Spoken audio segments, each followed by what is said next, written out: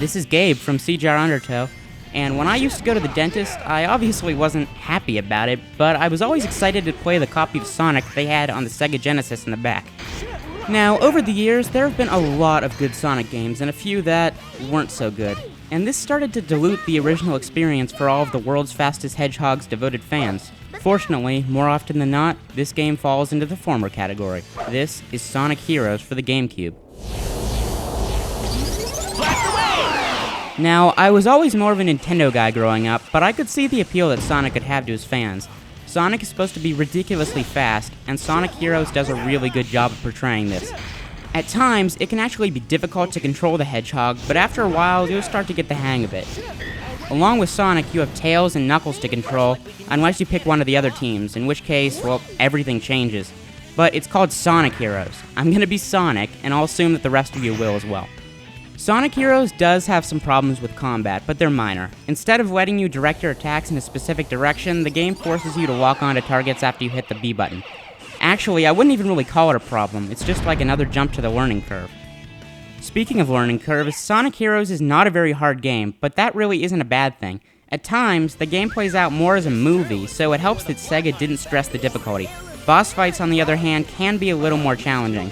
These usually require you to use a specific trick to take down the boss, so be prepared to put on your thinking caps. Don't put one on Sonic though, I'm pretty sure those spiky things on his head will tear it right off. Sonic Heroes was released in 2003, but it still has some of the prettiest visuals on the GameCube. The gameplay itself has a really smooth frame rate, but cinematics are simply mind-blowing. However, like Sonic, they are moving too quickly at times, and they're over pretty soon after they start. Maybe if you use one of the other teams, you'll be able to sit back and enjoy them. Except then you won't be using Sonic, so never mind. That giant rock! It's coming this way! Through all of the awesome moments in Sonic Heroes, there is one glaring flaw. The voice acting is just awful. I've played old games for the N64 and even the Super Nintendo that had some mediocre performances, but whoever's playing Tails in this game sounds like he just learned how to read. Eggman's robots are taking... Sonic is a little bit better. He actually sounds a bit like the Sonic from the TV show. Sonic Heroes also features a really cool soundtrack. It isn't brilliant, but we're not talking the amazingness that is the score to Disney's Up. Instead, it feels like you're walking through Disney World.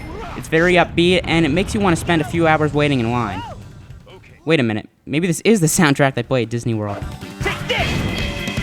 If you want a game to hold you off until the new Sonic arrives, and you've already played the original games, then Sonic Hero is probably your best bet. It has a couple of very small issues, but this comes pretty close to showing us how a true 3D Sonic game should be. It also doesn't make me think about going to the dentist too much, and that's a big plus. And once again, we'd just like to thank Muhammad and Qatar for donating Sonic Heroes to us. This isn't the end! All right!